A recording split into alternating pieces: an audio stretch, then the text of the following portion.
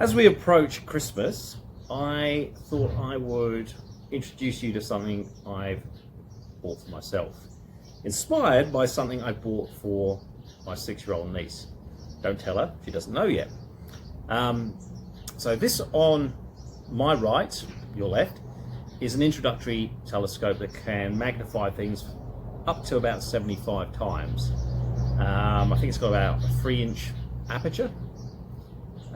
Very simple Dobsonian mounted introductory telescope, perfect for kids, and it's just a little bit more powerful than my first telescope when I was young. From there I ended up having a slightly more powerful one. Actually, I say slightly, it was claimed it was 300 magnification. I am very skeptical about that claim, but it was a standard kind of refractor that you might find at the time, and they were very popular. They still are, and I learnt a lot of things about basic astronomy from using that. Many years later, I got this massive 12-inch Dobsonian mounted truss supported Meade telescope, beautiful telescope. It was like a point and look kind of telescope, so there was no cameras attached, but it was really easy to use. The only problem was it was just heavy, big. You could take it apart, but it wasn't ideal to like go camping with or take it around someone's house if they have a good place to do some astronomy. So what ended up happening is actually it stayed in my living room for quite a while and didn't get used. Certainly not enough. In the end, I sold it several months ago. And I wasn't really in the market for a new telescope, but if ever I was going to get one, it was going to be something that was transportable, but also you could do introductory, or even more than introductory, astrophotography. And just looking at these small telescopes and doing some research for them, it brought up other telescopes that were small. And, you know, these are similar size. This one's a little bit heavier, but basically this would be easy to pack and take somewhere. So this is actually what I want to just talk about. This is the toy I bought for myself. So this is a smart scope. Now, I'd never heard of one until today. I'm not a big fan of smart devices, smartphones, smart cars, smart screens, certainly not smart meters. But I can see some merit in this for really pretty good astrophotography of deep sky objects. It should be said this is not ideal for things like planetary observations. Having said that, I'm told you can do it to a certain level, and you can do some pretty good stuff at the moon. So if you're looking at things like nebula, galaxies,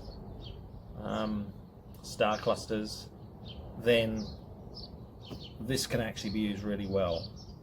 The images, again, I'm told that the duration of the exposure is only about 10 seconds. Now that in itself is not very long for astrophotography, but when you stack them, you can create a much more vibrant image. So I am going to have some fun with this, and not sure we're going to be able to do it tonight. There's a bit of cloud cover, there are some gaps, but over in that general direction, that's where Orion's been. So that's a great place to start as far as deep sky objects goes.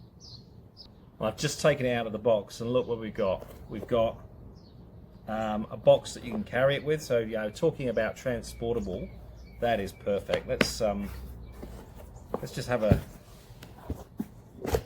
opening and see what we got. So tiny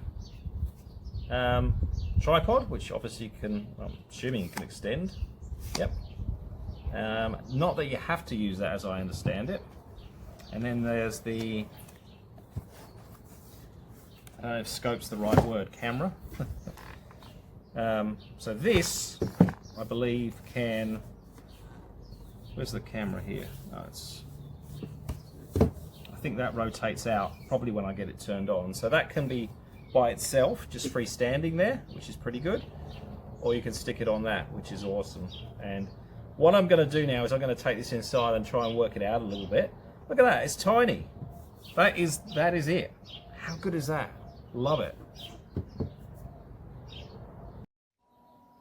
Just orienting the telescope here early in the morning because we're going to look at the moon, and that's when it's visible at the moment in Australia.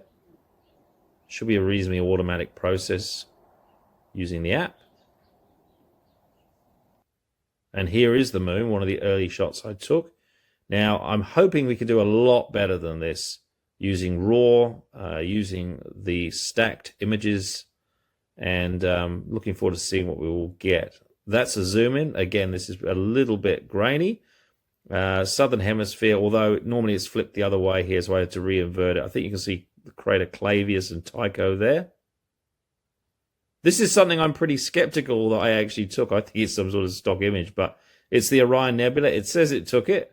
I don't really believe it, but it's pretty cool. I'm told we can get that kind of detail, but just to be sure, and this is a different orientation, I just took a screenshot here, very pixelated, just to bank something, because it still will be like pretty much the first photograph I've taken of the Orion Nebula. I'm excited to see what we can do with it down the track.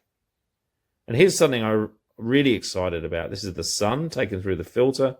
You can just see a little sunspot there if you look carefully.